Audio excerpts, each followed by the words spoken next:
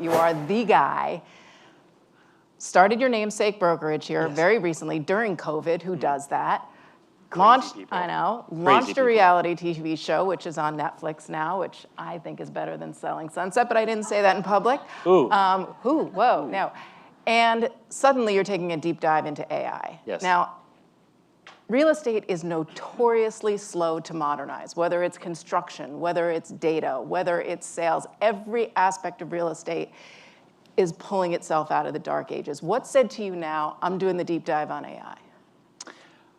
My number one mission is to create market share, right? As a real estate agent, whether I'm in New York City or running the brokerage, and we're in 8 states at the moment, we want to own as much market share as possible. Anywhere someone says, I want to sell a home, we want them to think us. So how do you do that? And I looked at the last 20 years of success, all of the companies that created market share over the last 20 years, and they did that through tech enablement. Whether it was figuring out how to use the internet to create better listing ads or source greater buyer leads, both domestically and internationally, or create a better system for agents to try to be better. But what AI enables us to do is say, I don't think market share for the next 20 years is about tech enablement now. I think it's about AI empowerment. And I think there is a mindset shift. And my competitors right now are in offices in the city right now masking chatbots and creating more screens and more buttons because that's what the answer usually is. But you want fewer screens. Yeah, I want to be screenless. Because I actually do this. I actually am in real estate. I actually sell. I was renting apartments right across the street here for $1,500 a month not that long ago on my little purple moped. And so I know exactly what it's like to be in the weeds, and I want as few screens and as few buttons as possible so that I can have the highest and best use of my time. And being AI empowered versus being tech enabled, is just better for my life. So on the ground, what does that mean? Because we use all these highfalutin terms for AI and we think, okay, so ChatGPT is going to write your listing and that's going to make your life easier. No. What on a real day-to-day basis is AI doing for your agents and changing the way you do business? Give us an example. So we created a service called Simple because it makes work simple. Get it? And what it really does is it kind of combines, let's say, SaaS automations with human expertise. Using what we've created, we call them recipes. So AI recipes, we have 18 of them so far, that replace work for salespeople. And so you use the service, it's kind of like Instacart for work. You don't really care how the work gets done, you just care that it gets done for you. And for a long time, salespeople, not just in real estate brokerage, enterprise salespeople at banks, SDRs, at IBM, you still have to go and do the work. You can have great systems in front of you, lots of screens and lots of buttons, but you have to go do the work. And so my mission is to say, I don't need that. The work gets done for you. That's why you're at a brokerage. That's why you're at selling. What specific work gets done for you? All the boring work. Like the internet didn't replace retail, right? It replaced boring retail. And so Simple for us doesn't replace work. It replaces the boring work. So CRMs, so you want a comparable market analysis, right? Like to do a CMA, to add in information, to set up showings for you, to do all of the back-end data work, the computer work, which takes up for a salesperson somewhere between 60 and 70% of their day. The other 30 to 40% of their day is actually selling and meeting people and networking, all the things that you have to do as a human, as an empowered human. All of that now goes away because Simple does it for you. Can it scrape neighborhoods and find clients, find sellers? Because this is a tight market and we don't have any sellers out there because of everything that happened with interest rates. Can it find sellers for you? It can't convince Powell to lower the Fed benchmark rate yet. Working on that one. Lead generation is a huge part of it, right? Lead generation on the buy side, the sell side. A lot of that, though, even with all the tech and all the AI, is still person to person, right? It's very relationship based, but it's a hard thing to do when you have to do all the busy work behind the scenes.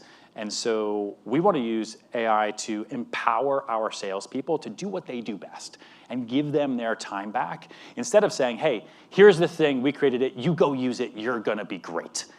I'm a big believer that salespeople are already great. You're already crazy. if you're in sales, if you're in real estate, having gone through COVID, having gone through 8% rates, having just gone through a class action lawsuit against how you make your money, right? And you're still saying, you know what, I still sign up for this, I'm gonna stay in real estate, I'm gonna do this, then you are worth it to make your life a little bit better, and the recipes do that.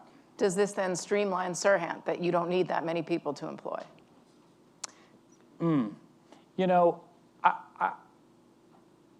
I don't think that the internet replaced workers. It didn't replace humans, right? It replaced humans who don't use the internet with humans who do use the internet, and then created more jobs and more opportunities.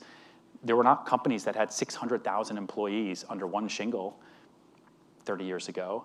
So I think what this is gonna do is gonna create more opportunities for more people. And I think even much bigger, like, what can I use AI recipes to do to help maybe a disabled salesperson? Like, when was the last time you saw a real estate agent in a wheelchair? Or in crutches? Not at all. Or a military amputee? I mean, I never have.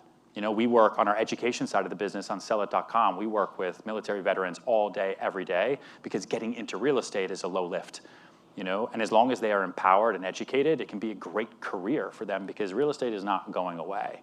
And so I think that's what it does, right? I think agents that understand how to be empowered using AI instead of just enabled using more tech and screens and buttons like all of our competitors create, are gonna have an immense amount of opportunity over the next 20 years to take incredible market share. So I still want to get an example and understand what one of these recipes is, because Sure. you know, we see virtual tours. We've seen a lot, you know, during COVID, I was telling you, you saw the iPad with the agent roaming on a robot around the house so that they didn't Yeah. have to be there in person. So we've tried that kind I of did thing. that on an episode of $1 Million Listing, yeah. Yeah, and then it got made fun of on Modern Family. But what is one example of a recipe that is gonna save one of your agents time and get them out in the field instead? So, my phone is, I could show it to you on my phone, but my phone is with my vlogger, and I don't know where he is. But, so for example, I would meet you, right? And I would just say to it, I just met Diana, I'm on stage right now. I think she lives in DC. Could you find her house? Could you price it for me? Could you find her email, because I think it's probably public? Could you email her, set up a time for me to talk to her tomorrow, because I'm totally gonna forget, and then send me all the comps. Send me also a show plan. One of the recipes is called show plan, because if I convince her to sell her house, then she's probably gonna need to buy a place. Also, I think I wanna dangle a West Village condo up to $2 million in front of her family, so help me with that too. And like, that's just, I don't know, I just wing that right there. That's an example. It can also do, you know, your monthly newsletter. It'll also do all of your social for you, which takes tons of time, and help with content creation. It'll also help you with email. Like, we have agents now that aren't in their inbox because it's helping them with that, which like is a godsend. But you're supposed to know what I want, and you just said about 4 different things that I don't want. Now, I realize you're not using AI, Yeah. but West Village is, no. Sorry, I'm an Upper East Side girl.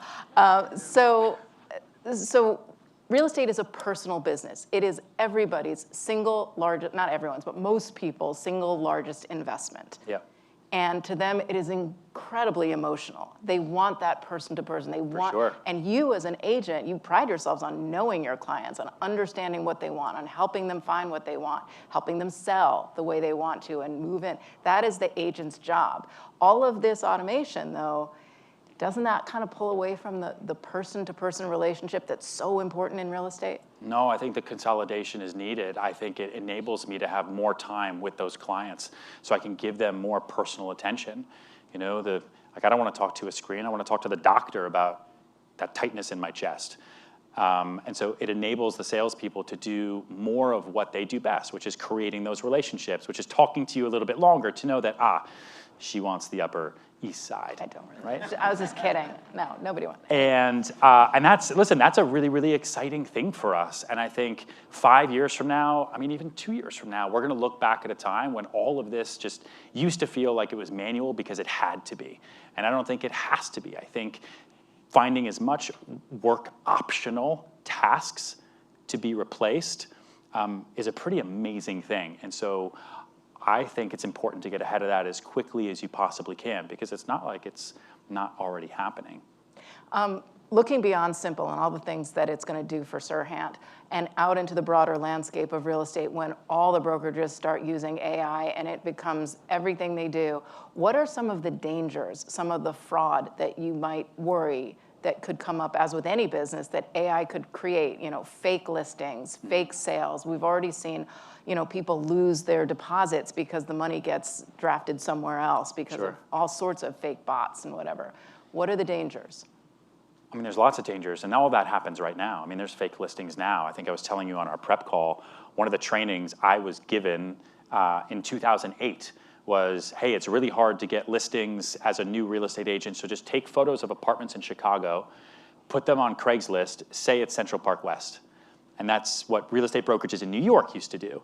But then different websites were created and different regulations were put into place, and then you couldn't do that anymore. And so with every kind of advancement in technology or in AI, right, if that's what we're talking about, I think greater rules get put into place that can help stop those fakes. And I think you're going to also look more and more to the person.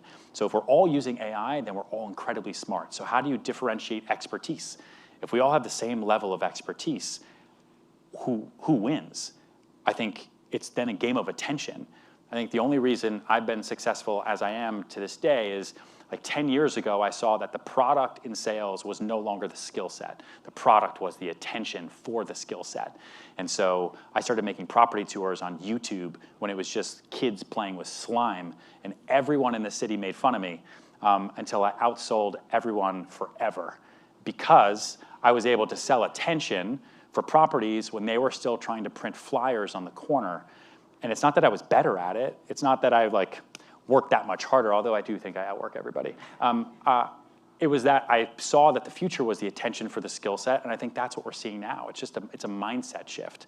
And I think that there will be policing on fakes. There will be policing on fake agents. And I think everything will eventually be okay.